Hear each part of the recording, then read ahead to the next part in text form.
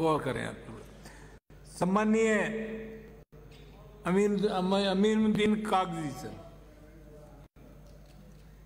No. सभापति महोदय, मांग 8, 9 और 47 पे मुझे इस सदन में बोलने के लिए आपने जो समय दिया उसके लिए बहुत बहुत धन्यवाद। सबसे पहले तो मैं मंत्री महोदय यहाँ विराजमान हैं, मैं उन्हें बधाई देता हूँ कि जयपुर वर्ल्ड हेरिटेज सिटी में शामिल हुआ है। लेकिन ये खिताब, ये अवार्ड हम कितने दिन तक अपने पास रख पाएं, ये एक चुनौती का विषय है। सभापति महोदय, इतनी शानदार चर्चा चल रही है और रेवेन्यू मिनिस्टर और पर्यटक मंत्री गंभीर नहीं है, किस तरह की बातें, तो इसको माननीय मंत्री महोदय, आपकी तरफ सभापति महोदय, आपकी तरफ पीठ करके बैठे हैं संसदीय कार्य मंत्री।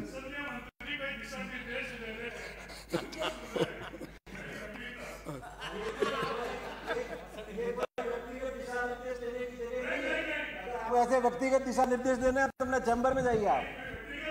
ये सदन है, यहाँ जो भी दिशा निर्देश देने होंगे सार्वजनिक रूप से देंगे। माननीय पर्यटन मंत्री जी, नियमों में लिखा है, में बगल मेरे नियमों में लिखा है आसन की तरफ पीठ करके नहीं बैठेंगे। में बगल मेरे इजाजत के कैसे घुस जाएंगे?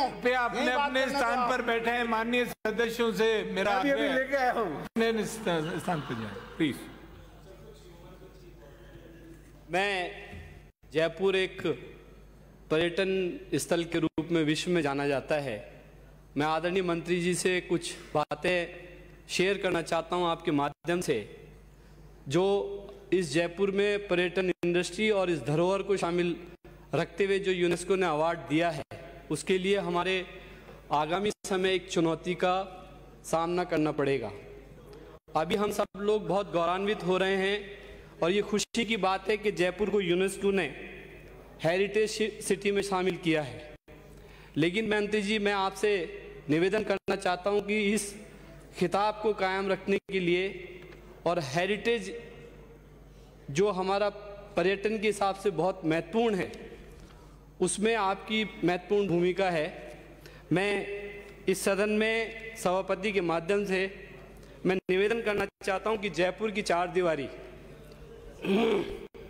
इसके अंदर पिछले दिनों जब हमारी एक मीटिंग हुई थी जिसमें चीफ सेक्रेटरी साहब भी थे और काफ़ी आला अधिकारी थे, इस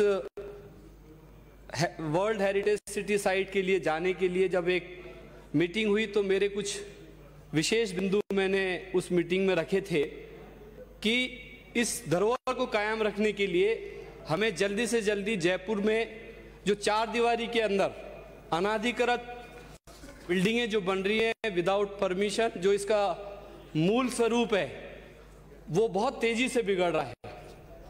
और उस मीटिंग में ये निर्णय हुआ था, आप सब लोगों ने अखबार में पढ़ा होगा, कि सब ने यूनानिमस ये फैसला लिया था कि इसके अंदर हम नो कंस्ट्रक्शन जोन बनाएंगे। मैं आपके माध्यम से, और आदरणीय शांति धारीवाल जी भी बैठे हैं, मैं इनसे भी निवेदन करूंगा कि जो वो एक डिसीजन हुआ था उसका इम्प्लीमेंट कराएं और नोटिफिकेशन जल्दी से जल्दी जारी कराएं, जो एक तरीके से जो वर्ल्ड जो फसाड है जयपुर की, जो एक धरोहर और जो शहर में बेतरतीब अनाधिकृत निर्माण हो रहे हैं, उस पर लगाम लगा सके। दूसरी बात, आज शहर में ई रिक्शा इतने बेतरतीब हैं और इतनी संख्या में हैं, तो उस मीटिंग में ये भी निर्णय हुआ था कि जयपुर में जितने भी ई रिक्शा हैं तकरीबन 24,000 के आसपास, उन सबको डिवीजन बना के 5 डिवीजनों में बांट दिया जाएगा। और जो वर्ल्ड हेरिटेज सिटी के अंदर 4 दीवारी के अंदर जो ई रिक्शा चलेंगे उनका कलर अलग कर दिया जाएगा। जो पिंक सिटी जो हमारी धरोहर है, जो तर्ज है हमारी, उसमें उस कलर को रखा जाएगा। वाहनों के लिए जो पर्यटक आते हैं, जिनके लिए हम शहर में घुमाते हैं, हमारे बहुत सारे डेस्टिनेशन ऐसे हैं जिसमें सुबह से शाम तक पर्यटक घूमता रहता है, उसके लिए मैं चाहूँगा कि सदन के माध्यम से कि आप, जैसा कि चौरास्ते में एक हमने टूरिस्ट रजिस्ट्रेशन काउंटर बनाया, टूरिस्ट सेंटर बनाया है, लेकिन पिछली सरकार ने उसको पीपीपी मोड पे दे दिया और वो चल रहा है। लेकिन उसके अंदर मैंने अभी पिछले हफ्ते विजिट किया तो उसके अंदर सिर्फ एक कॉफी मशीन रखी हुई थी। बड़ा दुख और तकलीफ के साथ कहना पड़ रहा है कि सिर्फ इतनी बड़ी बिल्डिंग टूरिज्म की और सिर्फ एक कॉफी मशीन, वो भी सीसीडी से रखी गई हुई थी, और बाकी उसके अंदर ना कोई रिसेप्शन था, ना कोई एम्प्लॉय थे, ना कोई देखने वाला था कि टूरिस्ट को किस तरह से हम ये बताएं कि जयपुर में कौन कौन सी जगह देखने की है। तो मैं आपके माध्यम से आपसे निवेदन करना चाहता हूं इस सदन के माध्यम से कि उसको थोड़ा फोकस करें और उसके अंदर जो टूरिस्ट आते हैं वहां से पूरे जयपुर के जितने भी डेस्टिनेशन हैं उसमें वहीं से वो लोगों को लेके जाए और ले जाकर फ्री शटल सर्विस हो पूरी, और फ्री शटल सर्विस में वो सारा टूरिस्ट जितना भी है उससे आप एक अमाउंट, अगर फ्री नहीं कर सकते तो एक अमुक अमाउंट लेके उसको पूरा हम भ्रमण करा दें। तीसरी बात यह है कि मैंने अक्सर देखा है, विदेशों में आप भी बहुत गए हैं, किसी भी टूरिस्ट प्लेस पे आप जाएंगे तो शाम को, क्योंकि रिलैक्स होता है आदमी, तो शाम को इवेंट्स होते हैं, म्यूजिकल इवेंट्स हो, फोक डांस हो, कुछ इस तरह की एक्टिविटीज होती हैं। हमारे यहाँ जयपुर में जो भी टूरिस्ट आता है उसको शाम को किसी भी एक्टिविटी में जाने का मौका नहीं मिलता और वो 6 बजे बाद बिल्कुल कमरे में बंद होने के लिए बेबस हो जाता है।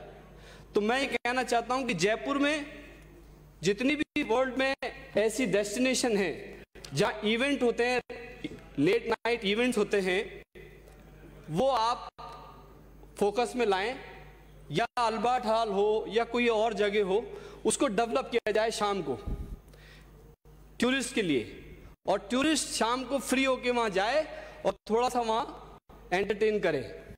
तीसरी बात, जिस तरीके से धरोहर को हमें संभाल के रखना है उसमें मैं ये चाहता हूं कि चार दीवारी में साफ सफाई की बहुत जरूरत है। पूरा शहर में टूरिस्ट घूमता रहता है और जो इसकी सफाई व्यवस्था है उसको हमको प्रिसाइजली, जो हमारा परकोटा है जहां टूरिस्ट जाते हैं उसमें सफाई की अलग से व्यवस्था होनी चाहिए। उसका क्षेत्राधिकार नगर निगम से हटके कोई दूसरी व्यवस्था करी जाए, क्योंकि नगर निगम, मैं समझता हूं कि टूरिस्ट प्लेसेस पे तरीके से काम नहीं कर पाएगा। अमुक जगह मैंने देखा है, जितने भी अपने टूरिस्ट प्लेसेस हैं जहां टूरिस्ट आते हैं, पर्यटक आते हैं, वहां टॉयलेट्स की प्रॉब्लम है, शौचालय नहीं है। जो आदमी सुबह 9 बजे 10 बजे जब हमारे आमेर से शुरू होता है और शाम को आके अल्बर्ट हॉल पे ख़त्म होता है, तो आप यकीन नहीं मानेंगे कि उसको टॉयलेट्स की कितनी प्रॉब्लम होती है। मेरे सांगानेर में फैक्ट्री है और वो भी एक तरीके से पर्यटन बहुत आते हैं, दिन में करीब 300-400 पर्यटक आते हैं।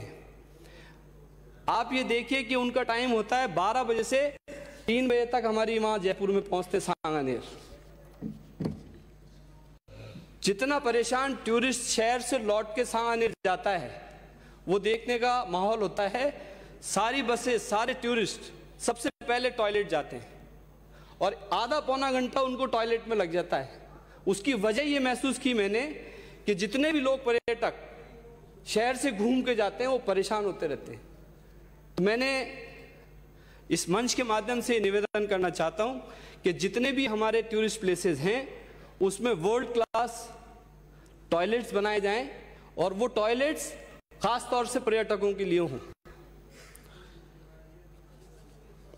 जयपुर में बेताशा लोगों का आना जाना रहता है। मैं, क्योंकि ये जो 4 परकोटा है, ये इसमें से 90% किशनपोल विधानसभा क्षेत्र में है। मुझे इस बात का गर्व है कि कल ही माननीय मुख्यमंत्री जी ने, जो 25 साल से यहाँ गर्ल्स कॉलेज नहीं था और क्षेत्र के निवासियों की 25 साल से ये डिमांड थी कि यहाँ एक कन्या महाविद्यालय होना चाहिए, मैं मुख्यमंत्री जी का धन्यवाद देता हूँ कि उन्होंने मेरी बात को स्वीकारा और मुझे किशनपुर विधानसभा क्षेत्र में एक गर्ल्स कॉलेज की इजाजत दी कि वहां जल्दी शुरू हो जाएगा।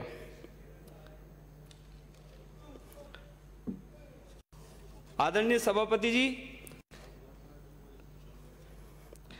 इन दिनों स्मार्ट सिटी का काम पूरे किशनपुर में चल रहा है। मैंने मंत्री जी से भी निवेदन किया था कि कुछ एरिया ऐसे हैं जो स्मार्ट सिटी में हैं और कुछ एरिया ऐसे हैं जो पर्यटक की दृष्टि से इंपॉर्टेंट हैं, लेकिन स्मार्ट सिटी उसको टेकअप नहीं कर रहा है, क्योंकि तत्कालीन सरकार ने एरिया बेस्ड डेवलपमेंट के हिसाब से सीधा एक स्ट्रेस लेके पूरा स्टेट अवे एक पर्टिकुलर रास्ते में पर्टिकुलर जगह डेवलपमेंट का प्लान बनाया। तो मैं सभापति आपके माध्यम से ये कहना चाहता हूं कि प्लीज जयपुर को स्मार्ट सिटी के तहत पूरा 4 दीवारी को डेवलप कराया जाए, जो हमारे लिए एक धरोहर है। जहां तक बात